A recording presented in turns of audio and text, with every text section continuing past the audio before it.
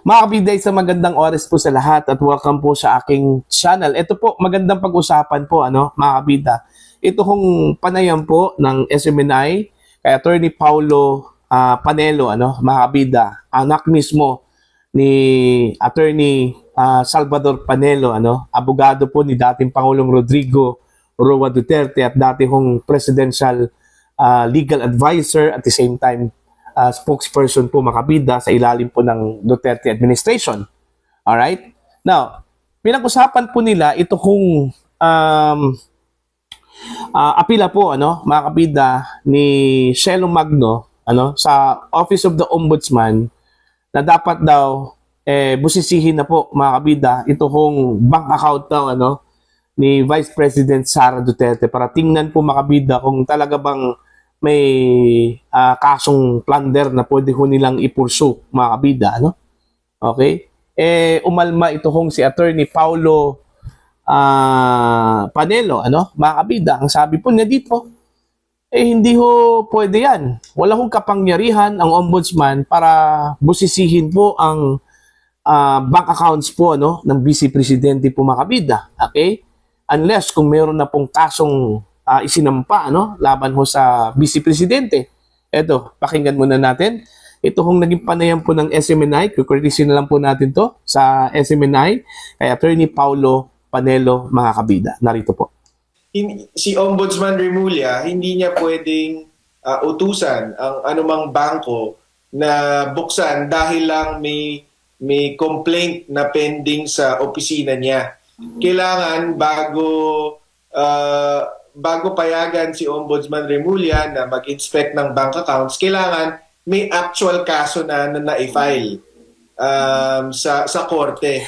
Ayun, malinaw po, hindi po pwede daw, mga kabida, na busisihin po ng Office of the Ombudsman yung bank accounts po, ni Vice Presidente Sara Duterte po, mga kabida. Kasi unang-una po, wala pa pong kasong naisampa po mga kabida ang Office of the Ombudsman sa Sandigan Bayan laban ho kay Vice President Sara Duterte patungkol ho doon sa isinampang reklamo po mga kabida ng civil society at ni Father Villanueva okay, plunder, malversation of public funds, graft and corruption, pati yung bribery po mga kabida. Okay? Nasa proseso pa po ng preliminary investigation po ito hong Office of the Ombudsman, mga kabida. Tsaka, pangalawa po, malabo ho na magsampa po ng kaso ito hong Office of the Ombudsman laban ho kay VP Sara, mga kabida. Tandaan po natin, meron pong provision ho sa batas, mga kabida, na ang Ombudsman, pwede lang pong mag-imbestiga for the purposes of impeachment laban ho sa impeachable officer or official, mga kabida. Pero to prosecute, okay, the impeachable official po mga kabida, magsampa po ng kaso sa korte, wala ho sa mandato, mga kabida, ng ombudsman yun. Okay? Dahil po madidefeat po, mga kabida, ang impeachment proceedings po kung ito po ay idadaan sa criminal and administrative proceedings po mga kabida, ito kung kaso po ni Vice President Sara Duterte. So sa madaling salita, hanggang investigasyon lang po ito kung ombudsman. So hindi po pwedeng busisihin yung mga bank accounts po ng Vice Presidente, Okay? Malinaw po yun. Sinabi po mga kabida ni Attorney Panelo, wala pa pong kaso at malabo po na magsampa po ng kaso ang ombudsman dyan. Okay? Kasi wala ho sa mandato yan. Pag ang pinag-uusapan po natin, impeachable official po mga kabida. Naging controversial po kasi mga kabida ito hong pagtanggap po ng ombudsman sa reklamong isinampa po mga kabida ng civil society at ni Father Villanueva laban ho kay Vice President Sara Duterte. Kasi po ang contention po ng mga nag-disagree, hindi po pwedeng imbestigahan po ng ombudsman si VP Sara, considering si VP Sara po ay isang impeachable official po mga kabida. Pero ayon po sa ating saligang batas, ano, malinaw po sa mandato po ng ombudsman mga kabida na pwede ho silang mag-imbestiga motu proprio o merong complaint. Ibig sabihin po ng motu proprio, yung meron po silang kalayaan na mag-imbestiga kahit na po walang complainant po, ano, mga kabida. Okay? Sa mga public officials po. Ibig sabihin po, yung mga nagtatrabaho sa gobyerno, ma-opisyal ka man, mga kabida, o ma-empleyado. Ano? Alright? And since ang Vice Presidente po ay isang public official po, mga kabida, sakop po siya doon ho sa mandato po ng ombudsman. Although, wala hong malinaw na termino na ginamit dyan po sa ating saligang batas about Vice President or even President of the Republic of the Philippines and other impeachable officials po, mga kabida. Pero ang malinaw po doon, all public officials, okay, are covered, mga kabida, sa investigasyon po ng Office of the Ombudsman. Okay? So, yun po, no? Malinaw po sa ating saligang batas, mga kabida, pwede lang po mag-imbestiga ang Office of the Ombudsman, pero hindi ho sila pwedeng magsampa ng kaso while nasa posisyon pa ang kanilang sasampahan po ng kaso. Isang impeachable officer po, mga kabida, no? Okay, katulad ho ni Vice President Sara Duterte.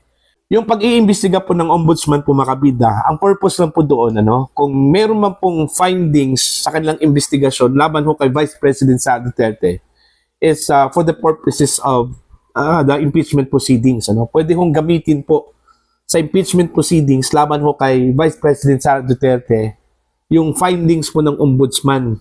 Okay, mga kabida. Kaya nga, marami hong nagdududa nga na ito daw pagsampa po ng plunder, malversation, laban ho sa Vice Presidente, swak ito, mga kabida, sa napipintong pagsampa po ng impeachment complaint laban ho sa Vice Presidente ngayong buwan po ng Pebrero po, ano? Sakto po, mga kabida, na malilift na po yung 1-year ban, ano, for filing the impeachment complaint against the Vice President, mga kabida, ano? Okay? Gagawin daw ito ng ombudsman, mag-iimbestiga kung ano man po yung findings, yun yung gagamitin po bilang grounds, mga kabida, sa mga magsasampa po ng kaso this coming February 6, ano, 2026, mga kabida, dyan po sa House of Representatives. Okay? So, yun po, no? Tama yung sinabi po ni Attorney Panelo, ano? Na hindi ho maaring busisihin po ng ombudsman, mga kabida, ito hong bank accounts po ng Vice Presidente. Kasi una, wala hong kaso, mga kabida. Pangalawa, malabo ho na magsampa ang ombudsman ng kaso kasi po wala ho sa kanyang mandato, mga kabida, ayon sa saligang batas. Alright? So, yun lang po, mga kabida, no? Para po sa inyo, ano po ang inyong opinion at pananaw dito ho sa apila po ni Miss Shelo Magno sa ombudsman na kailangang tingnan na ito hong bank accounts ng Vice Presidente, ano? Para malaman po, mga kabida, kung meron bang plunder na ginawa po ang Vice Presidente, ano? Kasi makikita po natin doon ho sa kanyang accounts kung lumobo ng husto, okay? Taliwas doon ho sa kanyang natatanggap na sweldo po, mga kabida, no? At allowances, okay? Sa kanyang pagiging Vice Presidente po ng Pilipinas. Alright? Kasi maaari hong questionin po, mga kabida, yung bigla hong paglobo ng kanyang deposits, ano? Savings dyan po sa kanyang bank accounts. Kung meron man po, ano, mga kabida. Pero kung wala, wala hong magagawa ito hong mga nagsampa po ng kaso, ano? Kasi po walang plunder, walang malversation. Alright? Actually, marami hong nagsasabi na malabo po yung isinampang reklamong plunder at saka malversation laban ho sa Vice Presidente, ano? Kasi po, yun nga naglabas na po ng kanilang pahayag ito hong Commission on Audit po, mga kabida, no? Ang tanging ahensya po ng gobyerno na binigyan po ng mandato po ng konstitusyon po natin para busisihin po ang mga public funds, mga kabida, at wala na pong iba, ano, na ahensya po ng gobyerno na exclusive na gumagawa ho dito, kundi ang Commission on Audit lang po, mga kabida. At sinabi na po yan ng Commission on Audit na wala hong problema ang confidential funds ng Vice Presidente, mga kabida. In fact, tatlong beses po sila naglabas po ng unqualified opinion, in favor ho kay Vice President Sara Duterte at saka Office of the Vice President at even the Department of Education during the time na kalihim pa po itong si VP Sara, mga kabida, sa DepEd.